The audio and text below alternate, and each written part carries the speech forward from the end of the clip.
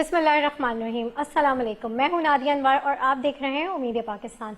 नाज़रीन, हमेशा की तरह पुलिस डिपार्टमेंट के कोई ना कोई बाला अफसरान हमारे साथ होते हैं और आज जो हमारे साथ अफसर मौजूद हैं उनके बारे में मैं थोड़ा आपको बताती चलूँ। वो हैं एसपी संघार मलिक साहब, जो कि डिस्ट्रिक्ट मलीर के एसपी हैं। तो आइए उन्हें वेलकम करते हैं। अस्सलाम वालेकुम सर। वालेकुम सलाम। कैसे हैं सर? जी अल्हम्दुलिल्लाह, आप ठीक हैं? सबसे पहले तो बहुत शुक्रिया कि आपने हमारे प्रोग्राम के लिए टाइम निकाला। थैंक यू, आपका शुक्रिया कि आप आई। जी अच्छा सर, अब मुझे ज़रा थोड़ा सा मैं जानना चाहूँगी आपके बारे में। आपका थोड़ा सा जो है, क्या आपकी सर्विसेज रही हैं, क्या आपका एजुकेशनल बैकग्राउंड रहा है, थोड़ा सा आप वो हमें बताएं। जी मैम, मैं खैरपुर से ताल्लुक़ रखता हूँ बेसिकली, और इनिशियल एजुकेशन मेरी खैरपुर से है। उसके बाद मैंने इंजीनियरिंग यूनिवर्सिटी NED यूनिवर्सिटी से इंजीनियरिंग की, और उसके बाद फिर मैंने CSS की तैयारी की। और चूँकि मेरी गैप बहुत थोड़ा सा था, इंजीनियरिंग के बाद मैं फिर CSS की तैयारी में आ गया था। फिर उसके बाद सिविल सर्विसेज एकेडमी चले गए आफ्टर क्वालिफाइंग CSS। पुलिस में आने के बाद फिर ऑब्वियसली ट्रेनिंग के सिलसिले जारी रहे। नेशनल पुलिस एकेडमी गए, फिर एलीट कमांडो कोर्स किया। सही। और मैं पंजाब में मोस्टली सर्व किया है, और अभी सिंध में रिसेंटली ट्रांसफ़र हूँ। पंजाब में मैं फैसलाबाद में ASP UT रहा हूँ। उसके बाद मैं ननकाना साहब रहा हूँ, अपना ओकाड़ा रहा हूँ दीपालपुर में, और फाइनली फिर FC फ्रंटियर कांस्टेबलरी में मैंने 1 साल गुजारा है। मुल्तान में पोस्टिंग रही है मेरी, शुजाबाद में, और अभी SP मली डिवीज़न जो है यहाँ पे काम कर रहा हूँ कराची में। अच्छा, कितना अर्सा हो गया आपकी इस पूरी सर्विसेज को, कितना टाइम में? 2014 में मैंने CSS पास किया था। उसके बाद इन सर्विस हम लोग आ गए थे अक्टूबर 2015 से, तो लगा लें 6 साल से ज़्यादा अर्सा हो गया है आई एम इन सर्विस। सही। तो सर, आप बाय प्रोफेशन इंजीनियर, तो आपने मतलब क्या सोचा, क्यों CSS का ख्याल आया? जब इंजीनियरिंग की 5 साल की इतनी बड़ी पढ़ाई करने के बाद आपको क्यों ख्याल आया कि मैं CSS की तरफ आऊँ और जो है पुलिस डिपार्टमेंट ज्वाइन करूँ? क्या वजूहत थी? मैडम, सबसे पहले तो आपको पता होगा CSS की एक न्यूसेंस वैल्यू है, जो कि पूरे पाकिस्तान में तमाम वालिदैन की ख्वाहिश होती है कि हमारा बच्चा जो है, चाहे डॉक्टर हो या जिस भी प्रोफेशन से हो, तो वो सिविल सर्विसेज में आए ताकि यहाँ पे मैक्सिमम सर्विस डिलीवरी कर सके। उसी तरीके से मेरे वालिदैन की भी ख्वाहिश थी, और मेरा अपना शौक़ था। चूँकि मेरी फैमिली में एक ब्यूरोक्रेटिक चेन थी।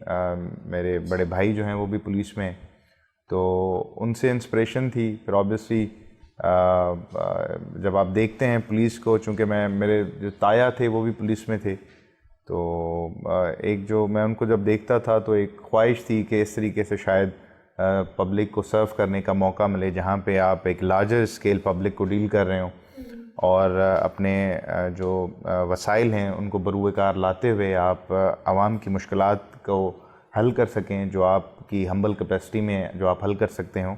तो एक ख्वाहिश थी, और मैं समझता हूँ अल्लाह पाक ने जो फ़ैसला किया मेरे लिए, मेरे हक़ में, वो मैं समझता हूँ वो बेहतर फ़ैसला है। और मैं कोशिश करता हूँ कि जिस अज़्म के साथ मैंने पुलिस फ़ोर्स या पुलिस सर्विस ज्वाइन की है, उसमें पूरा उतर सकूं।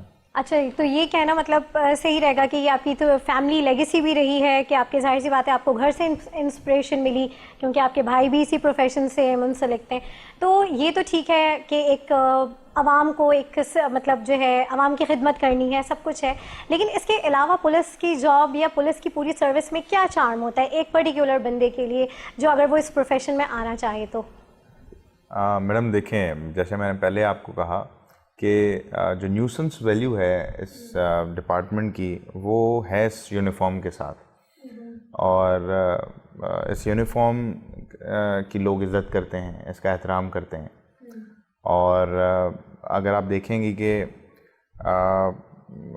शायद वो चंद मखसूस लोग हैं जिनको मतलब अल्लाह पाक जो है वो क्योंकि काम तो हर कोई करता है, मगर जो सेल्फलेस होके दूसरों के लिए काम करते हैं, अपनी फैमिली सेक्रीफाइस करते हैं, उनकी खुशियों को सेक्रीफाइस करते हैं। मतलब आप देखेंगे जितने भी खुशी के त्यौहार हैं, या जितने भी और मज़हबी त्यौहार हैं जिनमें छुट्टियां मिली जाती हैं सरकारी तौर पे, हम उन त्योहारों में बाउंड होते हैं। जी जी, इसको होता है। हम ईदें जो हैं वो अपने अपने चूँकि पुलिस अब फैमिली है हमारी, कांस्टेबल से लेके आईजी साहब तक, हम ईदें साथ मनाते हैं, हम मुहर्रम की ड्यूटी साथ करते हैं, इलेक्शंस की ड्यूटी साथ करते हैं, लॉ एंड ऑर्डर हो जाता है वो साथ करते हैं। तो उस सिलसिले में जब आप देखेंगी कि इससे बड़ा मैं समझता हूँ चार्म नहीं है कि जब आप लोगों के लिए जब आप उनको हेल्प करते हैं, जब परेशानी में आप किसी की हेल्प करें, तो वो बहुत बड़ा चार्म होता है कि आप कहते हैं कि अल्लाह पाक शायद ये, क्योंकि ना लोग दुआ करते हैं कि अल्लाह पाक हमें इस काबिल बना कि हम किसी की मदद कर सकें। तो आप तो by virtue of your position आप इस मोमेंट पे हैं कि आप फर्स्ट हैंड किसी को रिलीफ देना चाहें तो आप दे सकते हैं। तो सबसे बड़ा चार्म ये है। फिर ऑब्वियसली यूनिफॉर्म है, फिर एक सोशल इसकी रिकग्निशन है, लोग इसको रिकग्नाइज करते हैं, अप्रिशिएट करते हैं। तो ये सारी चीज़ें जब मिलाई जाएं तो मैं समझता हूँ कि ये एक बहुत अच्छा और बहुत पाक प्रोफेशन है कि जिसमें लोग आ रहे हैं और गाए बगाए आते जा रहे हैं और सर्विस के लिए, लोगों के लिए हम वक्त कोशां रहते हैं। चलिए, तो बड़ी अच्छी बात है। अच्छा सर, अब थोड़ा सा मैं आपसे पूछूंगी आपकी फैमिली के हवाले से कि आप थोड़ा सा अपनी फैमिली के हवाले से बताएं, कौन कौन है आपके घर में? मैम वैसे हम जॉइंट फैमिली में रहते हैं। मेरे वालिद, मेरे चाचा, ताया, जो हमारा खैरपुर में घर है, हम जॉइंट रहते हैं। मगर अगर मैं इमीडिएट फैमिली की बात करूं तो मेरे वालिद हैं और उनका एक सिंधी अदब के हवाले से एक बहुत बड़ा नाम है। वो भी रेडियो पाकिस्तान या पाकिस्तान ब्रॉडकास्टिंग कॉरपोरेशन अगर आप कहें, मैं उनकी एक बहुत तवील खिदमात रही हैं और अभी रिसेंटली वो रिटायर हुए हैं as a controller Pakistan broadcasting corporation Multan से। और सिंधी की नज़म हो, सिंधी शायरी के हवाले से, नसर के हवाले से उनकी किताबें शाया हैं। और सिंधी अदबी संगत अगर आपने सुना हो, उसके मरकज़ी सेक्रेटरी जनरल रहे हैं 2 दफ़ा। सिंधी अदबी बोर्ड के मौजूदा, जो कि गवर्नमेंट ऑफ सिंध के एक बॉडी है, उसके मेंबर हैं। तो वालिद हैं मेरी बहन है, उसकी शादी हो चुकी है अभी माशाल्लाह पिछले साल, और मैं हूँ। बस हम चलिए, शादी की बात हो ही रही है तो ज़रा आप ये बताएं कि आपका इस हवाले से क्या ख्यालात हैं, क्या इरादे हैं? मैडम इरादे नेक थे और अल्हम्दुलिल्लाह आई एम मैरिड। अच्छा, माशाल्लाह। I am married. मेरे 2 बच्चे हैं माशाल्लाह, और 2 बेटियां हैं। और सलोमिया जहरा, एक जो एल्डर वन है उसका नाम है, और जो छोटी है उसका नाम है एलिफ फातिमा। अच्छा, माशाल्लाह, सही। चलें भाई, सर बड़ी खुशी हुई ये जान के। अच्छा, मुझे अब थोड़ा ये बताएं कि मतलब फैमिली को टाइम दे देते हैं? मतलब इतनी मसरूफ़ ज़ाहिर है पुलिस की सर्विस, एक तरह से कहा जाता है कि 24 घंटे की ही ये काम होते हैं। और जैसे कि अभी आपने कहा कि अक्सर इस तरह की जो छुट्टियां आती हैं या त्यौहार आते हैं तो उसमें आप लोगों की ज़िम्मेदारी ज़्यादा बढ़ जाती है। तो इस हवाले से फैमिली को शिकायत रहती होगी, स्पेशली जो है जो आपकी अहलिया साहिबा हैं और जो बच्चे हैं उनको तो शिकायत रहती होगी इस हवाले से? मैम देखें, वो एक कहावत है कि greater job comes with greater responsibility. तो इसमें तो कोई शक व शुबा नहीं है कि जब रिस्पॉन्सिबिलिटी ज़्यादा होती हैं तो जो आप टाइम अपने लिए मुख्तस करते हैं या अपनी फैमिली के लिए मुख्तस करते हैं वो बहुत कम टाइम होता है।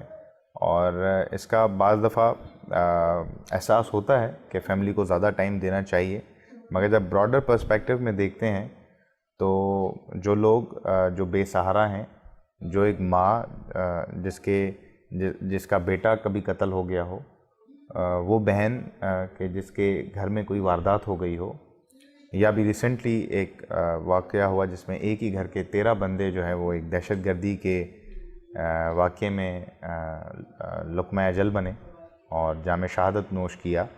तो मैं समझता हूँ वो सारी फिर मैं अगर मेरी पर्सनल आप पूछेंगे तो वो मुझे लगता है शायद ही मेरी फैमिलीज़ हैं। तो मैं एज अ ग्रेटर पर्सपेक्टिव में मुझे लगता है कि जो टाइम मैं उनके साथ भी गुजारता हूँ तो मुझे वो फैमिली टाइम लगता है। हाँ, जो ज़ाती मेरी फैमिली है वो ऑब्वियसली सफ़र करती है, मगर देव यूज्ड टू इट, वो अब आदी हो गए हैं कि इसने टाइम कोई नहीं देना। मगर मैं मैनेज करता हूँ, कभी छुट्टी पे या वीकेंड्स पे मैं कोशिश करता हूँ कि मैक्सिमम टाइम उनसे स्पेंड करें। और थैंक्स टू माय बॉसेस, वो मेरे चूँकि बॉसेस अभी जो रिसेंट मेरे एसएसपी हैं सर इरफान बहादुर, वो बहाने से मुझे कभी कभार ना छुट्टी दे देते हैं कि तू जा घर टाइम दे। तो इस तरीके से मैं मैनेज कर लेता हूँ फैमिली को भी। हाँ, अच्छा, फैमिली की बात होगी, आपके क्या शौक हैं, क्या हॉबीज़ हैं, क्या उसके लिए टाइम निकल जाता है? मैडम हॉबीज़ वक्त से चेंज होती रही हैं, चूँकि पहले जब फरागत ज़्यादा होती थी तो क्रिकेट खेला करते थे, और फिर जब टाइम शॉर्ट होता गया तो बुक रीडिंग की हॉबी थी। पहले काफ़ी बुक्स पढ़ा करते थे, अभी कोशिश करते हैं कि महीने में एक आधी टाइम मिल जाता है, वो भी गाड़ी में पड़ी होती है, दफ्तर में कभी थोड़ा सा टाइम मिल जाता है तो वो कुछ सफ़े पढ़ लेता हूँ। तो बुक रीडिंग की हॉबी है। आजकल वो नेटफ्लिक्स पे आपने सुना होगा कुछ सीजन्स देख लेता हूँ। जी जी बिल्कुल। वो भी ऑब्वियसली इस तरीके से तो नहीं हो पाता। बाकी कुछ कभी कभी कोई लिखत पढ़त का काम कर लेता हूँ, कुछ चीज़ें लिखता हूँ। लिखत पढ़त का मतलब अपने हवाले से कोई डायरी मेंटेन करता हूँ। तो ये छोटी छोटी हॉबीज़। हाँ, म्यूज़िक सुनता हूँ शौक़ से, और स्पेशली टाइम जब गाड़ी में कभी, क्योंकि मोस्टली पेट्रोलिंग में टाइम गुजर जाता है, तो जब थोड़ा सा फ्री होता हूँ, वायरलेस सेट जब कम बचता है तो फिर थोड़ी म्यूज़िक सुन लेता हूँ। तो इस तरीके से हॉबीज़ पूरी हो जाती हैं। हाँ, फाइनली जो सबसे बड़ी जो हॉबी आजकल है मेरी गुज़श्ता 2 साल से, वो है मैं 24 घंटों में से मैं 1 घंटा अपने लिए निकालता हूँ, और वो 1 घंटा मेरा जिम में गुजरता है। तो वो एक हॉबी है जो कि अल्लाह पाक ने अभी तक हिम्मत दी है कि अभी तक आया है कंटिन्यू। सही, तो वो आपका वो 1 महीने का भी ये टेन्योर चल रहा है आपकी फिटनेस 1 साल का। अच्छा, 1 साल का। 1 साल से मुझे टाइम मिल रहा है कि मैं 1 घंटा दिन में अपने लिए सिर्फ निकालता हूँ। अच्छा, ये टाइम सबसे इम्पोर्टेंट है जो आप ये करते हैं, और बाकी माशाल्लाह आपकी फिटनेस देख के लगता भी है। और आपको क्या लगता है ये प्रैक्टिस इंडिविजुअली है या फिर आपको डिपार्टमेंट की तरफ से भी थोड़ा प्रेशराइज किया जाता है अबाउट फिटनेस वगैरह? मैम ऑब्वियसली देखें, अभी चूँकि जैसे प्रमोशन क्राइटेरियाज अभी आप रिसेंटली स्ट्रिक्ट होते जा रहे हैं, तो उसमें अगर आप फिट नहीं है एज अ पुलिस ऑफिसर, तो क्योंकि इतना स्ट्रेसफुल माहौल हो गया है, चूँकि आप सारा दिन काम करते हैं, रातें आपको जागनी पड़ती हैं, अगर आप मेंटली फिज़िकली फ़िट नहीं होंगे तो फिर आप कैसे ना अपनी फैमिली के लिए कुछ कर सकते हैं और ना आप इस डिपार्टमेंट के लिए कुछ कर सकते हैं। तो मैं समझता हूँ कि ये जो 1 घंटा मैं अपने लिए निकालता हूँ, वो इंटर्न जो है वो मेरी सर्विस डिलीवरी में मुझे हेल्प करता है, क्योंकि मैं बड़ा फ्रेश होके चीज़ों को देख रहा होता हूँ। फैमिली के लिए मैं टाइम निकाल सकता हूँ। तो मैं अगर अपने लिए कुछ ये 1 घंटा नहीं निकालता तो शायद मैं किसी के लिए भी, वो मेरे बाकी 24 घंटे किसी के भी काम के नहीं है शायद। चलिए, ये तो आपने बड़ी अच्छी बात की। और फिटनेस का ख्याल ना सिर्फ एक पुलिस ऑफिसर के लिए ज़रूरी है बल्कि एक आम इंसान के लिए बहुत ज़रूरी है। इसी तरीके की मज़ेदार बातें हम मज़ीद करेंगे इस छोटे से ब्रेक के बाद।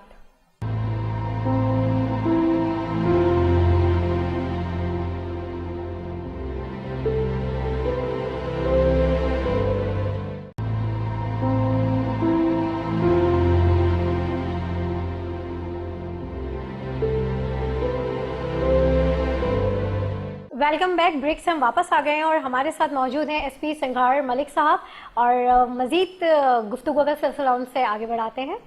अच्छा सर, अब ज़रा थोड़ा सा मुझे ये बताइए कि कराची में स्ट्रीट क्राइम के हवाले से एक बहुत बड़ा इशू है। तो जैसे कि कराची एक मेगा सिटी है और देखा जाए तो पूरे मुल्क को एक मेजर रेवेन्यू जनरेट करके देता है, लेकिन यहाँ के लॉ एंड ऑर्डर्स का अगर हम देखें तो वो अगर किसी चीज़ से मैं कंपेयर करूँ, लाइक किसी दूसरी सिटी से, जैसे कैपिटल सिटी से, तो उस हिसाब से बहुत ही अबतर है हमारा जो लॉ एंड ऑर्डर का सिस्टम है। तो इसकी क्या वजूहात है? मैडम देखिए, इसको जब आप कोरिलेट करेंगे ना किसी भी सिटी के साथ, तो आपके सवाल में ही आपको जवाब मिलना शुरू हो जाएंगे। अब कराची पाकिस्तान का बहुत बड़ा शहर है। अगर इसको मतलब अगर आबादी के हिसाब से अगर इसको देखा जाए और उन ममालिक के साथ क्रिएट करें तो शायद ये 11वां-12वां दुनिया का मुल्क की इसकी आबादी है इस शहर की। तो उस हवाले से क्राइम भी उस हवाले से एक फिनोमेना है जो कि छोटा इलाका हो या बड़ा इलाका हो, उसमें क्राइम तो होता है। अब कैपिटल सिटी की बात करें तो कैपिटल सिटी में एक तो आबादी उतनी कंसंट्रेटेड नहीं है, यहाँ पे कंसंट्रेटेड आबादी है। कैपिटल सिटी में अगर आप देखेंगे तो वहाँ पे जो पुलिसिंग मैकेनिज़्म है वो जदीद खतूत पर इस्तवार है, जिसमें सेफ सिटी प्रोजेक्ट है, $1 बिलियन का प्रोजेक्ट है, जिसमें पूरे इस्लामाबाद को उन्होंने कैमरास के साथ और कंटिन्यूस मॉनिटरिंग के साथ सिक्योर किया हुआ है। उसी तरीके से जब हम कराची को देखते हैं तो वो ऑब्वियसली पाइपलाइन में चीज़ें ज़रूर हैं, मगर जब वो फुली इंस्टॉल्ड हो जाएंगी यहाँ पे इस पुलिसिंग सिस्टम में, तो आप देखेंगे कि एक बहुत बड़ा डेंट आएगा। मगर आप अगर रिसेंटली अगर आप देखेंगी कि पहले जो दहशतगर्दी के वक़ुआत होते थे, जो जिससे बहुत ज़्यादा पुलिस ने शहादतें देखी, लॉ इन्फोर्समेंट एजेंसीज़ ने शहादतें देखी, मुख्तलिफ जिसमें रेंजर्स भी है, जिसमें फ़ौज भी है और भी इदारे जो हैं, तो इन बहुत कुर्बानियों के बाद आज हम इस कराची को देख रहे हैं। और इन जब सारी सूरत हाल में जब कराची को देखते हैं तो स्ट्रीट क्राइम जो पहले हुआ करता था वो अब नहीं है। हाँ है ज़रूर, तो उसमें बहुत सारे अरेस्ट हुए हैं, जो पुलिस के जो जितने वसाइल हैं उससे ज़्यादा लोकेटर्स हैं हमारे पास, कुछ हम अलाइड एजेंसी से वो ले लेते हैं। तो कंटिन्यूस एक ऑपरेशंस की सूरत हाल में रहते हैं कि जिसमें बंदे पकड़ते हैं, उनको जेल भेजा करते हैं, फिर वो बाहर छूट के आ जाते हैं, जब ऑन बेल जब आते हैं फिर वो वारदातें करते हैं, चूँकि उनका ज़रिया माश शायद ये वारदातें हैं। तो इसमें हमने, अगर मैं कराची के अलावा अगर मैं डिस्ट्रिक्ट मलीर की आपसे बात करूं, तो अगर आप पिछले चंद सालों से और अभी जब से एसएसपी इरफान बहादुर साहब आए हैं, आप उनको जब कंपेयर करेंगी तो एक ड्रास्टिक डेंट हमने देखा है। जहां पे डकैती मर्डर की बहुत ज़्यादा वारदातें होती थी, जहां पे 20-20 वारदातें थी, तो शायद अब हमारे पास 3-4 वारदातें हैं। जहाँ पे डकैती इंजरी की वारदातें होती थी वहाँ मतलब 40-50 वारदातें होती थी, तो अब हमारे पास कोई 8-10 वारदातें हैं। तो इस तरीके से ओवरऑल एक डेंट आए। इसी तरीके से मैं समझता हूँ पूरे कराची में ये डेंट आए, जो कि मौजूदा पुलिस की क़यादत है, जिनके एक पर्सनल अर्नेस्ट एफर्ट्स हैं जिसकी वजह से ये वारदात हुई। बाकी स्ट्रीट क्राइम हर जगह पे है, उसी तरीके से कराची में भी है, मगर कराची में उसी तरीके से तगोदो भी जारी है उन क्रिमिनल्स के ख़िलाफ़। वो पकड़े भी जाते हैं, और अगर आपने देखा होगा अभी कि पिछले सालों से अब कराची में मामलात काफ़ी हद तक बेहतर हैं, और मैं उम्मीद करता हूँ कि मज़ीद और बेहतर होंगे। सही। अच्छा, एक ये सवाल है कि जैसे ग्राउंड लेवल पे अक्सर पुलिस वालों की एथिक्स का एक बड़ा प्रॉब्लम रहता है कि एक आम शहरी, क्योंकि ग्राउंड लेवल पुलिस ही वो डायरेक्टली आवाम से मुखातिब होती है, उनका इंटरलिंक होता है, तो उनके वो बिहेवियर के हवाले से बहुत शिकायत होती है एक आम शहरी को। तो उस हवाले से क्या होना चाहिए और ऐसा क्यों है? ये वो सवाल है जो कि हर बंदा इसके जवाब का मुतलाशी है। मगर मैं जो समझता हूँ, चूँकि यहाँ पाकिस्तान में चाहे एक रेडी लगाने वाला एक गरीब डेली वेजर हो, चाहे कोई बहुत बड़ा बिजनेसमैन हो, या बहुत कोई बड़ा आदमी हो, या एक छोटे से छोटा आदमी हो, वो पुलिस को हर जगह देखेगा, क्योंकि उसने रोड पे आना है, रोड पे उसको पुलिस मिल रही है, उसने गलियों में जाना है, गलियों में उसको पुलिस मिल रही है, उसने किसी पुलिस के सिक्योरिटी के हवाले से उसने बात करनी है, उसको पुलिस। तो कहने का मकसद ये है कि पुलिस का जो इंटरेक्शन आवाम के साथ है वो मैं समझता हूँ बहुत ज़्यादा है। और जो सवाल आपने किया कि एक जो कांस्टेबल्स हैं जो कि उधर डिप्लॉयड होते हैं, मैं समझता हूँ कि जिनका रवैया ख़राब होता है उनको वाहिद हमारा डिपार्टमेंट है, जिसमें ये मैं आपको क्लियरली बता सकता हूँ कि इवन मैं अगर अपने दफ्तर की बात करूँ तो मैंने मिसकंडक्ट्स के ऊपर सज़ाएं दी हैं। मैं नहीं समझता कोई और डिपार्टमेंट में इतनी रैपिड 7 दिनों का समरी ट्रायल हो, 7 दिनों में आप शोकॉज दें, उनके खिलाफ प्रोसीडिंग करें, इंक्वायरी कंडक्ट कराएं, उनके खिलाफ कार्रवाई करें। मगर हमें ये देखना पड़ेगा कि जो सिपाही, जो कांस्टेबल आपकी हिफाजत पे मामूर है, हम एक गाड़ी पे आते हैं, हम कहते हैं जी मैं फ़लाँ का बेटा हूँ, मैं जी ढमकान का बेटा हूँ, मैं जी फ़लाँ मेरा ताल्लुक़ है, मैं जी फ़लाँ का दोस्त हूँ। तो आपने भी रिसेंटली वीडियोस भी देखी होंगी जो कि फिर अब हमारे वो बेचारे क्या कहते हैं, वीडियो बनाते हैं कि जी वो किस तरीके से मुखातिब कर रहा है, जो हमारा एज ए पब्लिक रिस्पॉन्स होता है वो एक गलत रिस्पॉन्स होता है। तो हम शायद समझते हैं कि ये जो बंदा उधर खड़ा हुआ है ये फजूल में खड़ा हुआ है, ये शायद तंग करने के लिए खड़ा हुआ है। ये ऐसा कतन नहीं है। वो जो एक सिपाही अपना घर बार बाल बच्चे छोड़कर एक अपनी फ़र्ज शनासी को सरंजाम देने के लिए जो उस रोड पे खड़ा होता है, जो आपसे मुखातिब होता है, वो आपकी सिक्योरिटी के लिए खड़ा होता है। वो आपकी हिफाजत पे चूँकि उसको मामूर किया हुआ है तो वो तस्दीक करेगा, वो सवाल जवाब तो पूछेगा कि आप कहाँ, कौन है, कहाँ जा रहे हैं, किधर जा रहे हैं। हाँ, जहाँ पे कोई बदकलामी या इस तरीके की कोई बात आती है तो हम उसका एक्शन लेते हैं, उसका तदारुक फिल फौर करते हैं। अच्छा, सही। अच्छा, ज़्यादातर जैसे अभी कोविड का है, तो कोविड में ज़्यादातर लोगों को ये कंप्लेन रही है कि गवर्नमेंट जब भी लॉकडाउन लगाती है तो उनका मकसद ये होता है कि वो पुलिस के जो है मतलब एक ख़ास एक वर्ड बोला जाता है, जैसे खांचे फिक्स होते हैं तो उनके लिए लगाई जाती है। तो जो है वो मना तो ज़रूर कर रहे होते हैं, लेकिन साथ में जो है उनके इस तरीके से वो उनसे रिश्वत भी ले रहे होते हैं और फिर उनको कहता है अच्छा ठीक है आप अपना काम करें। तो इस हवाले से थोड़ा सा कॉन्फ्लिक्ट रहा है पुलिस और आवाम के दरमियान ये पूरी कोविड सिचुएशन के ऊपर, तो इसके हवाले से आप क्या कहेंगे? मैडम देखें, गवर्नमेंट की जो पॉलिसीज़ हैं, हमारा काम है और हमारी हत्तुल इनकाम कोशिश होती है कि हम उसको in true letter and spirit उसको इम्प्लीमेंट करें, क्योंकि हमारा काम ही गवर्नमेंट की जो डायरेक्शंस हैं उसको हमने इम्प्लीमेंट करना है।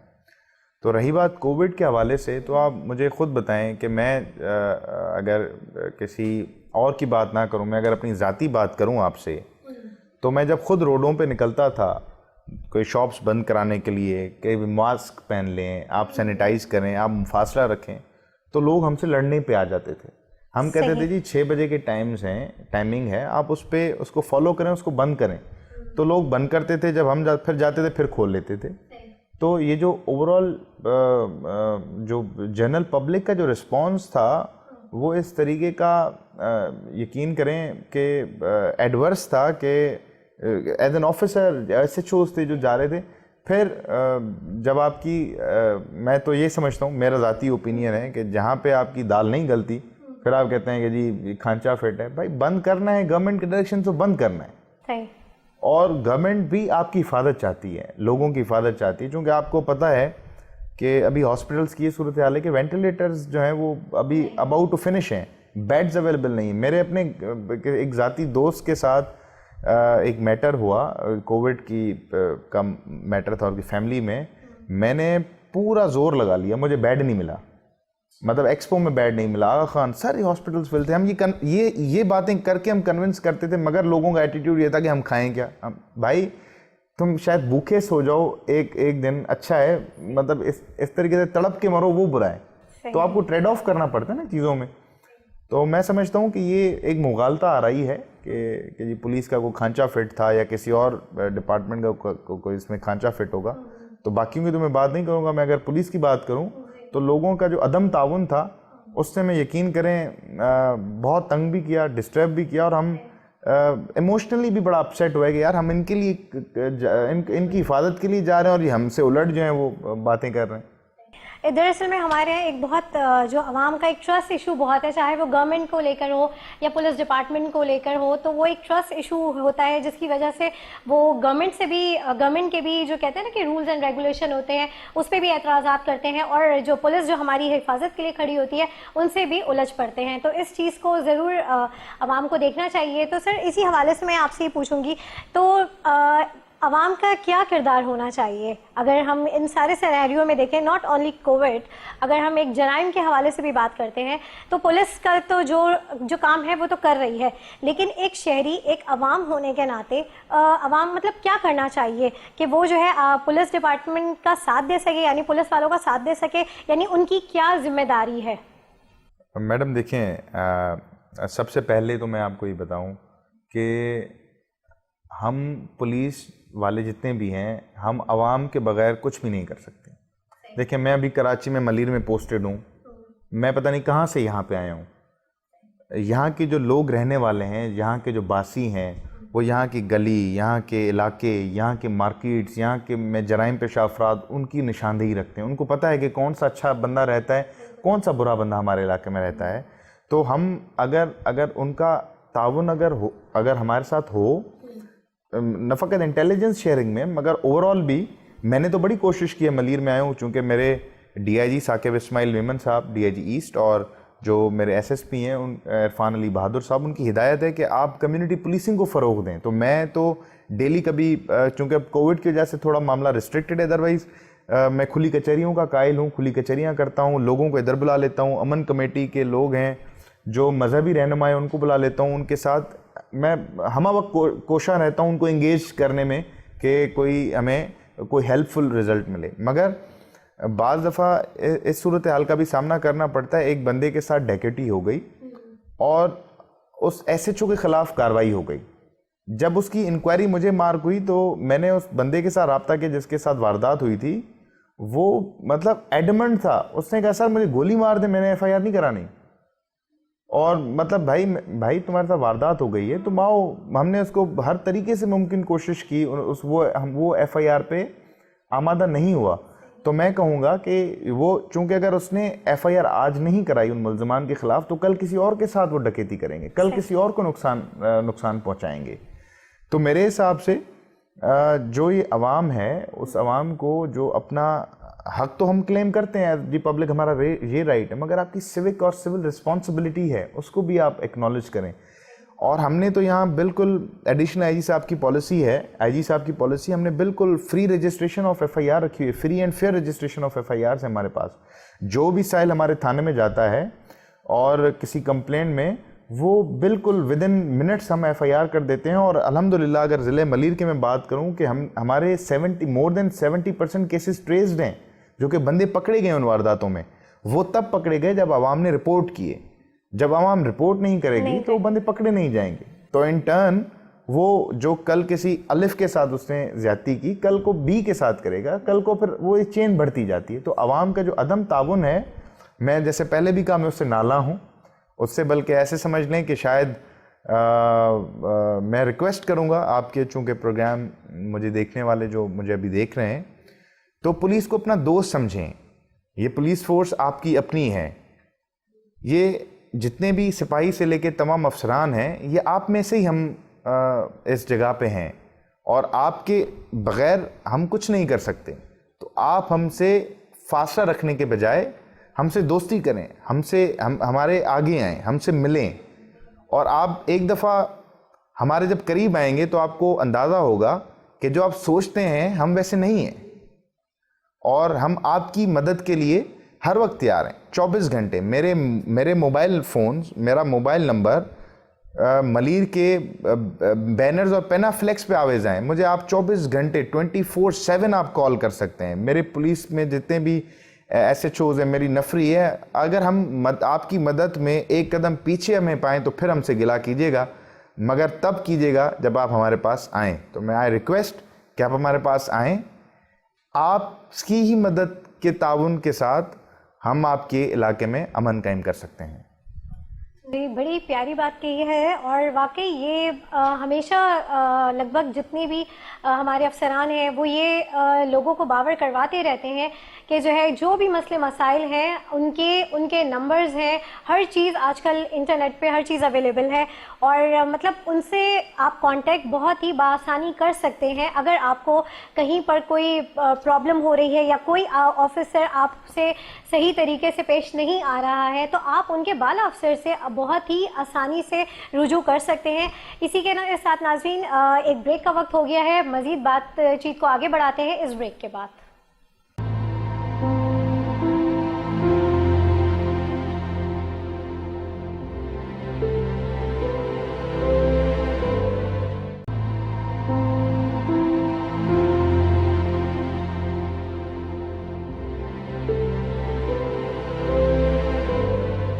वेलकम बैक नाज़रीन। और ब्रेक से हम वापस आ गए हैं और हमारे साथ जो आज पुलिस के बाला अफसर मौजूद हैं वो हैं एसपी संघार मलिक साहब। तो मज़ीद बातचीत का सिलसिला इनसे आगे बढ़ाते हैं। अच्छा सर, ये बताइए कि जैसे पुलिस की तहकीकात में अक्सर ये सुना जाता है और ये है भी कि 3rd डिग्री का जो है बड़ा इस्तेमाल होता है, तशद्दुद किया जाता है तहकीकात में। तो इस बात में कितनी सदाकत है, और अगर ये चीज़ एग्जिस्ट करती है तो इस चीज़ को बेहतर कैसे किया जाए कि जो है इन्वेस्टिगेशन भी हो जाए और ज़रूरत भी ना पड़े तशद्दुद करने की? ये जैसे आपने 3rd डिग्री का सुना है, मैं भी ऐसे, मैं बतौर पुलिस अफसर पहले भी सुनते थे, कि फर्स्ट डिग्री, सेकंड डिग्री और थर्ड डिग्री। तो प्रैक्टिकली अगर आप देखेंगे ना तो ये मैंने जैसे पहले आपको कहा कि कुछ चीज़ें मफरूज़ात पे मबनी हैं और कुछ मुगालता आ रही हैं। तो ऐसा कोई नहीं होता। हाँ, ऑब्वियसली हमारा स्टैंस जो है वो तशद्दुद करना नहीं है, मगर जो क्रिमिनल्स हैं हम उनके साथ फर्म होते हैं। हम पोलाइट उनके साथ हो नहीं सकते क्योंकि हमारा काम नहीं है, हमारी जॉब डिस्क्रिप्शन नहीं है। हम बिल्कुल फर्म होते हैं, शदीद स्ट्रिक्ट होते हैं और कोशिश करते हैं कि उनको लीनियंट और जो पोलाइट बिहेवियर है हम उनको ना दिखाएं, क्योंकि वो वही डाकू होता है, वो कातिल होता है, कोई मंशियात फरोश होता है। अगर हम उनके साथ पोलाइट और लीनियंट रहेंगे तो ये भी एक गलत मैसेज की तरफ इशारा करता है। बिल्कुल सही। तो हम बिल्कुल उसमें फर्म होते हैं। बाकी इन्वेस्टिगेशन में अगर जैसे मैं आपको बात कहूँ, रिसेंटली एक केस हुआ था जिसमें FIR 15 की कॉल चली कि एक खातून है, बच्ची है बल्कि 15 साल की, जिसके साथ जना हुआ है और रेप हो गया है, और जना हुआ है और मर्डर हो गया है। तो एकदम से शॉकिंग था, रात का टाइम था, मैं घर मुश्किल से पहुंच रहा था, फिर मैंने यूनिफॉर्म पहनी, मौके पे गया, बहरहाल वो FIR हो गई। जब FIR होने के बाद उसके कातिल पकड़ लिए हमने। मतलब जो भी सारे इन्वेस्टिगेशन, वो अब ज़्यादा टाइम आपके प्रोग्राम का भी लिमिटेड है तो मैं उसको cut the long story short अगर मैं आपको बताऊं तो जो उसकी कातिला थी जिसने उसको कत्ल किया था उस बच्ची को, वो उसकी माँ थी, वो उसकी सौतेली माँ थी। और उसकी चूंकि ज़्यादा डिटेल्स मैं इसलिए नहीं दे रहा क्योंकि अभी वो केस इन्वेस्टिगेशन में, मैं आपको ब्रीफ क्रक्स देना चाह रहा हूँ कि मैंने वो केस कैसे ट्रेस किया। अल्लाह पाक ने ट्रेस करवाया। बहरहाल जब वो आई मैंने उसको बिठा के इंटरोगेशन किया कि तब तक वो नहीं थी, मतलब ना डिक्लेयर्ड नहीं थी अक्यूज्ड, क्योंकि नामालूम के खिलाफ FIR थी। मैंने बातें की उससे, पूछता गया तो उसके सवालों में और स्टेटमेंट्स में झोल आना शुरू हो गया। जब उसके स्टेटमेंट्स में झोल आया तो मुझे लगा कि कुछ दाल में काला है, कुछ गड़बड़ है। अब खातून थी तो हम कोई सख्त लहजे में भी इस तरीके से बात नहीं कर सकते थे, और ना ही हम इस बात पे हमें इदराक था इस चीज़ का कि यही कातिल है। फिर हमने टेक्निकल टीम जो मेरी काम करती है, हमने इसके मोबाइल्स लिए, इसका CDRs लिया, इसके हम CDR एनालिसिस करते रहे, उसकी मौके पे लोकेशन देखी, फिर उसका सबका रिकॉर्ड चेक करवाया, सबका मतलब जो भी हमारा टेक्निकल एंड है वो हमने कवर किया। फिर मुझे ना एकदम से आइडिया आया, अल्लाह पाक ने एक जहन में मुझे चीज़ डाली कि मैं देखूं कि सही कि ये मेरे सवालों का जवाब सच दे रही है कि झूठ दे रही है। तो आपने सुना होगा एक फेमस लाई डिटेक्शन टेस्ट होता है, आपको बिठा देते हैं, आपका हार्ट रेट मॉनिटर करते हैं, फिर हार्ट रेट वेरिएबिलिटी से वो चेक करते हैं कि आप जो है वो सही बोल रहे हैं कि आपके जवाब गलत है। ये मतलब मॉडर्न टेक्निक है। हमारे पास चूंकि मलीर में इस तरीके की कोई फैसिलिटी थी कोई नहीं, तो मैंने क्या किया, मुझे अल्लाह पाक ने, बहरहाल बैठे थे काफ़ी अफसरान बैठे थे, आइडिया आया। मैंने ना अपनी स्मार्ट वॉच है मेरी, ये स्मार्ट वॉच मैंने उतारी और उतार के मैंने उस खातून को पहना दी। 10 मिनट तक ना मैंने उसका अपने मोबाइल, क्योंकि ये कनेक्टेड है मोबाइल के साथ, तो मैंने उसका मोबाइल से हार्ट रेट मेजर करना शुरू कर दिया। जब उसका हार्ट रेट मेजर किया तो वो आ रहा था 95 से अबव था, 110, 95 उसका एवरेज हार्ट रेट था। 10 मिनट में कोई 100 के लगभग उसका हार्ट रेट था।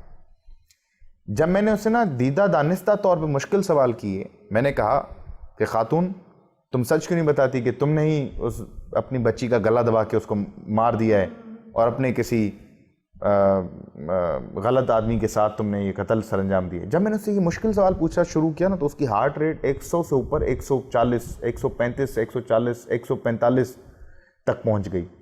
वो मैं मॉनिटर कर रहा हूँ, मैंने उसको फील नहीं करा कि मैं कुछ अज्यूम कर रहा हूँ। बहरहाल फिर मैंने उससे पूछा कि तुमने गला दबाया, फिर गला दबा के उसको उधर फेंक दिया। जो वकूआ था वो मैंने उसके सामने रिपीट कर दिया। अब ये सवाल जवाब मेरे चल रहे थे तो मेरी टेक्निकल टीम ने मुझे वो एक कागज़ दे दिया। जब कागज़ दे दिया तो मैंने कहा खातून, उसमें तो एक आ गया कि वो उसकी तवील घंटों की बातें थी उसके साथ। मैंने उसके खावन से पूछा ये तुम्हारा नंबर है? उसने कहा मेरा नंबर नहीं है। मैंने कहा तुम चले जाओ।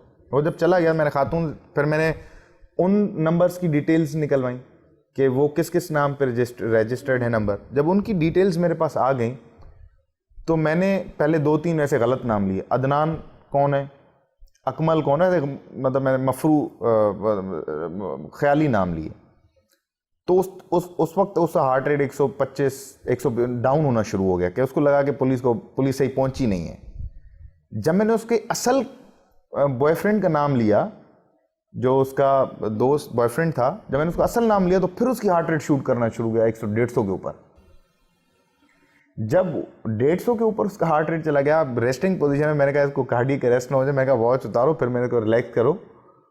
उस वक्त तक मैं मेंटली बिल्कुल मैं एग्रीड था कि इसी ने ही कल्प्रिट है, क्योंकि वो लॉन्ग कॉल्स आ गई कि जिसके साथ वो बातें करती थी। फिर मैंने उसको बिठाया, वो इन द मीन वाइल हमने एक ग्रेडिंग टीम भेज दी। मेरे ख्याल है कि आधे घंटे के अंदर हमने उस लड़के को पकड़ लिया। वो लड़का जब आ गया रूबरू सामने, फिर हमारी फीमेल कांस्टेबल्स चूँकि साथ होती हैं, अगर कोई फीमेल अक्यूज़ हमारे पास होती है तो जो थाने में मौजूद होती हैं, तो मैंने कहा बेटा तुम जाके इसके साथ पूछ के आओ। जब सारी बातें मैंने उसको पूरी कहानी मैंने ख्याली जो क्राइम सीन था ना रिकंस्ट्रक्ट किया, मैंने उसको सुना दी।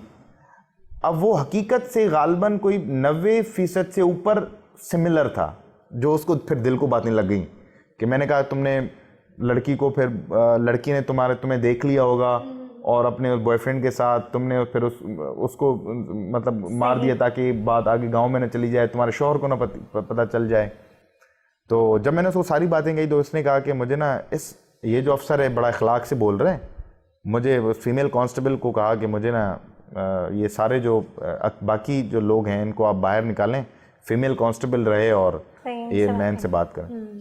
उसने कहा मैं आपको ना क्लियर बताती हूँ कि ये जो है कत्ल जो है मैंने किया है और इसकी ये वजह है। बेशक मुझे आप जो मर्जी सज़ा दें, सज़ाए मौत दे दें, ये जो मेरा बॉयफ्रेंड है ना इसको आप पार्डन कर दें, इसको माफ़ कर दें, और बिल्कुल ये मैंने ही किया है, और ये वो सारा उसने सारा कुछ बता दिया। तो बताना ही चाह रहा था इस केस को कि एक छोटी सी डिवाइस जो है, जो मतलब मैं हर वक्त पहनता हूँ, तो उससे मैंने ट्राई की, और उस अल्लाह पाक ने, क्योंकि अल्लाह पाक मुसब्बिबुल असबाब है ना, हमारे पास तो कोई ऐसी गैबी ताकत नहीं है। मैंने दुआ मांगी और अल्लाह पाक ने वो सबब बना दिया, और वो केस मैंने, और मज़े की बात यह है कि मुझे जब DIG साहब थे साकिब इस्माइल साहब, तो उन्होंने कॉल की, मैंने कहा सर मुझ पर ट्रस्ट करें, मैं आपको तो उस वक्त तक तो ये मामा था ना, ये मामा है कि ये कौन कत्ल कर गया बच्ची के साथ, को क्या हो गया। तो मैं कहा मुझे ट्रस्ट करें, मैं 24 घंटे के अंदर ट्रेस कर दूंगा। मैंने अपने SSP को कहा सर मुझ पर ट्रस्ट करें, मैं 12 घंटे के अंदर ट्रेस करूंगा, मगर अल्लाह पाक, आपको पता है ना कि आपकी तौकीर का, आपकी इज़्ज़त का मुहाफ़िज़ अल्लाह पाक है। अल्लाह पाक ने 5 से 6 घंटे के अंदर जो है वो सारा केस सॉल्व करवा दिया। और मैंने फिर सर को कहा, मैं कैसा देखें आपने 12 घंटे कहा था, ये 5-6 घंटे में केस ट्रेस हो गया। तो सर ने बड़ा अप्रिशिएट किया, मुझे अप्रिसिएशन लेटर भी सर ने दिया।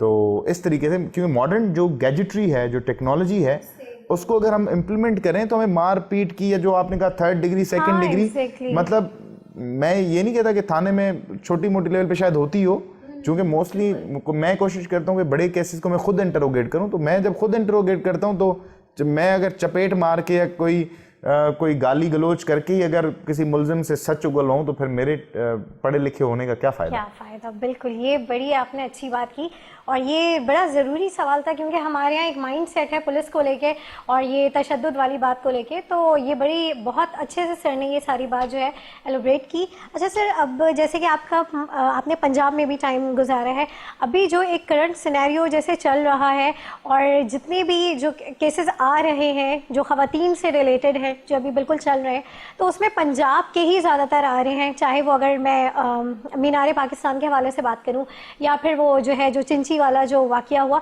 मुख्तलिफ़ किस्म के जो वाक़यात हैं वो पंजाब से होते हुए आ रहे हैं। तो मतलब, और अक्सर जो हमारे लोग हैं वो इस पंजाब को पॉइंट आउट भी कर रहे हैं कि नहीं, पंजाब के जो मर्द हजरात हैं वो हैं ही इस माइंड सेट के लोग, उनका जहन ही ऐसा है। तो आप इस हवाले से क्या कहते हैं? क्या ये पंजाब और मतलब ये मुख्तलिफ सूबों की बात है, या फिर ये एक पर्टिकुलर इंसान के अपने, कहते हैं ना कि सोच और फहम की बात है? मैडम, ये सवाल तो आपने मुश्किल कर लिया है। मैं कोशिश करूंगा कि मैं इसको अपने जो मेरा ज़ाती ओपिनियन है मैं आपको कहूँ, चूँकि मैं पंजाब में रह के हूँ, तो इसीलिए मैंने पूछा। देखें, दरिंदगी और दरिंदा सिफत लोगों का क़याम हर जगह पे मौजूद है। कुछ जहनी मरीज़ हैं और कुछ जो हैं साइकोटिक किलर्स हैं। तो वो हर जगह पाए जाते हैं। उसमें ये तफरीक आप नहीं कर सकती कि पंजाब है, और बदकिस्मती है कि इस तरीके के वक़ुआत रूनुमा हो रहे हैं, और इनकी जितनी मज़म्मत की जाए वो कम है। और पुलिस मगर आप देखेंगे कि चाहे कहीं भी वक़ुआ रूनुमा हो जाए, वहाँ की जो पुलिस है वो बिल्कुल स्पॉट ऑन पहुँचती है, मुल्ज़मान को गिरफ़्तार करती है और उनको अपने कैफ़रे किरदार तक पहुँचाती है। पूरे कानूनी तकाज़ों के थ्रू वो जेल जाते हैं। तो हमारा जो कानूनी जो राइट है, जो हमारे इख्तियारात हैं, वो पंजाब हो चाहे सिंध हो या कोई भी सूबा हो, उसमें जो लीगल हमारे पास पावर्स हैं, हम उनका पूरा इस्तेमाल करते हैं, और उनको इस्तेमाल करते कोशिश करते हैं कि अव्वल तो इस तरीके के वक़ुआत रूनुमा ना हो, और अगर गॉड फॉरबिड अगर हो जाते हैं तो फिर इनका तदारुक कानूनी गिरफ्त मिला के इनका तदारुक भी किया जाए। और हमने अल्हम्दुलिल्लाह जब पंजाब में थे वहाँ भी अगर कोई इस तरीके का रिपोर्ट होता था, उधर भी अल्लाह पाक ने सुरखरू किया। यहाँ सिंध में भी जब से आए हैं तो अल्लाह पाक यहाँ भी मदद फरमा रहा है। माशाल्लाह, बड़ी अच्छी बात कही सर आपने। अच्छा सर, अब जैसे 6 सितंबर अब करीबी है, डिफेंस डे, तो सर थोड़ा सा उस हवाले से आप हमारी आवाम को कोई मैसेज देना चाहें उस हवाले से? देखिए, मैं तो यही कहूँगा कि ये मुल्क पाकिस्तान जो है वो लाजवाल कुर्बानियों के नतीजे में हमें मिला है। ये कायद-ए-आज़म मोहम्मद अली जिन्ना और उससे पहले अल्लामा इकबाल का जो ख्वाब था, उसकी ताबीर कायद-ए-आज़म मोहम्मद अली जिन्ना ने एक पाकिस्तान की सूरत में हमें एक तोहफ़े की सूरत में ये मुल्क दिया।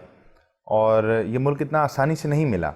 इसमें हमारे फ़ौजी हों, इसमें हमारे पुलिस ऑफिसर्स हों, इसमें रेंजर्स हों, इसमें आम लोग हों जिन्होंने किसी भी कुर्बानी से दरेख किए बग़ैर इस मुल्क की बका की जंग लड़ी है और अभी तक लड़ रहे हैं।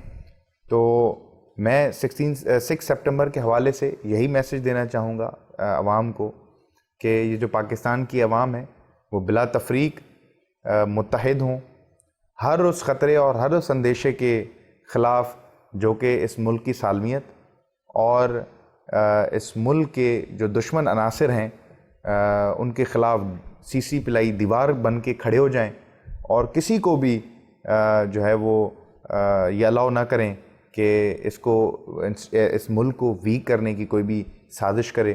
तो मैं समझता हूँ कि ये आवाम का एक बहुत बड़ा रोल है, जो कि हमने पास्ट में भी देखा है। वो अपने आर्मी के साथ, रेंजर्स के साथ, पुलिस के साथ बिल्कुल डट के खड़ी हो जाती है।